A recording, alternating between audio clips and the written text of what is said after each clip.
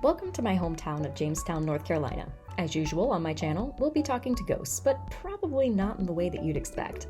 Here we focus on grounded, non-sensational psychic mediumship reads, then see how well those reads match up with the history we can find. You'll be invited to make your own reads throughout. Get ready to drop some comments, and we'll all see if we can work to validate each other throughout. I am excited to share with you Jamestown, North Carolina. Similarly to how you let me explore Regalsville where you grew up, we are now here where I grew up so you can make psychic reads. That's me. Just sharing each other's childhood. Yeah. Before Katharayn makes their reads, it's your turn to chime in. Comment anything that you get on this building.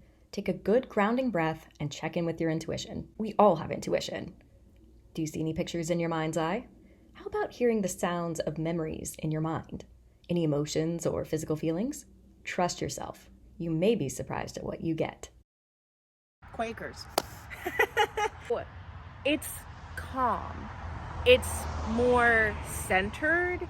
There's more here. Quakers and their spaces do not have the same kind of vibes like some other religious groups have. It is a much more thoughtful, calm environment. And because I come from a place where Quakers were abundant at one time, a lot of their spaces still hold that energy, depending on which faction of Quakers you hang out with. Jamestown received its name from Quaker settler James Mendenhall in 1759. He built a house for his wife Hannah and their 8 children. That house has since been demolished due to High Point Lake and Dam being built. James Mendenhall's grandson, Richard Mendenhall, would build this home in 1811. As soon as we pulled up, I looked at it, I was like, Quakers! It does feel like there's energies in there. Like, I feel men, 3 men are in there. I feel them up there, in that spot up there. And they are definitely, their dressing is dated, very specific period. I'm gonna say maybe early to mid 1700s. That's what their dressings look like to me. Katharayn's read on clothing wasn't entirely off.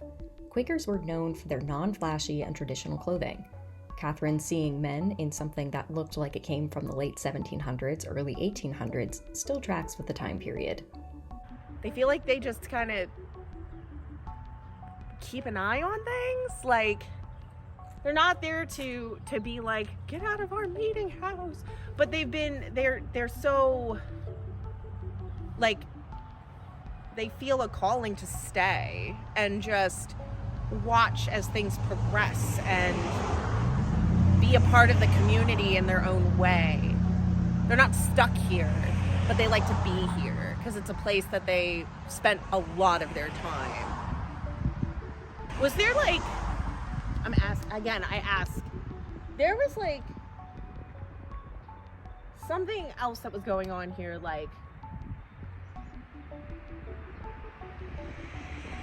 I keep getting the word grain fields or wheat, something to till, and knowing there's a grindstone here, that could be grinding multiple things. Seeds, wheat, making flour. They were doing something else here. There was something bigger happening than just this. And I'd feel like if there were fields here, they would have been over there, not over here. I feel there were animals here too, but not like a factory farm kind of level, but they had a cow or 2, chickens, ducks probably came in and out. I don't think there were sheep, but there were horses possibly. That was a home. That was for business.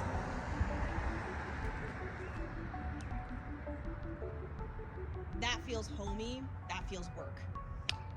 That's the differentiation. Meeting, home, work. Differences. Let's talk about whether or not there was business in the house. While I feel there was other business that happened in this house, I want to bring attention to Minerva Mendenhall. Born in 1813, she would never marry, and she would live in the home until her passing in 1900. Quakers have a strong foundation in liberating women's voices. From the very beginning, it was understood that God, or the Creator, was in all. Therefore, all women, men, children, all were encouraged to speak in meeting houses, regardless of their gender, status, or income. Education was also encouraged for women in Quakerism. This is why women in Quaker areas are found to take jobs that may have been traditionally held by men, even as far back as the 1700s. During her life, she would assist in raising her siblings' children, become a certified school teacher, and was even the Jamestown postmaster from 1867 to 1879. Postmaster services and classes may have been held in this house. Lore says that Minerva's ghost haunts this house, though from my understanding her spirit has not been felt in a long time. This tracks with what Katharayn and I both picked up on. I don't feel anything like particularly negative. I don't feel anything that's particularly like or anything like that. Genuinely, it's very calm, collected. It is. This is what it is. This is what it was. Yeah. As I was looking out that way, I thought I saw people moving through the trees, but I was like, I need a second to think about that a little bit farther. Is it residual or sentient? A little bit of both. A little more residual than sentient. So it's like, you were to go out, like walk down, there's like this weird path there, and my eye trained to it because I was like, there's movement out there. I don't understand why there's movement. And at first, for a moment, it felt indigenous. And I couldn't give a specific as to like what tribe was here or who they were, but it felt like the movement was coming from the tree line, and there was a pop out of just this, and that's why I was like, oh, I don't want to bother that by reaching out to it. But I also, something else that I was going to add after just like the home space here was that like if you go out there, there is spirit. There are some nature spirits, generally benign but protective.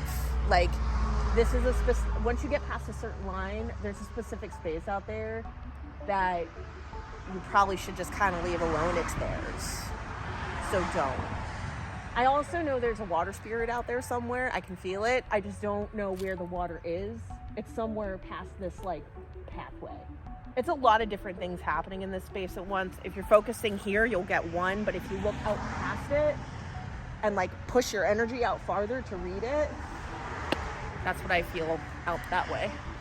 Modern-day Jamestown sits on Kiowa land just west of nearby Sissepaw land. It is near an old trading route that loosely follows modern-day I-85. According to the records I've been able to find, the closest large village of Kiowa people was roughly 14 miles south of Jamestown. Sadly, as more white settlers came to the area, they would indefinitely be pushed out. Side note, according to who I think is the most badass woman in American history, Harriet Tubman, the Underground Railroad followed old trading routes from Native Americans. Remember what I said earlier? Modern-day Jamestown is right along a Native American trading route that now follows I-85.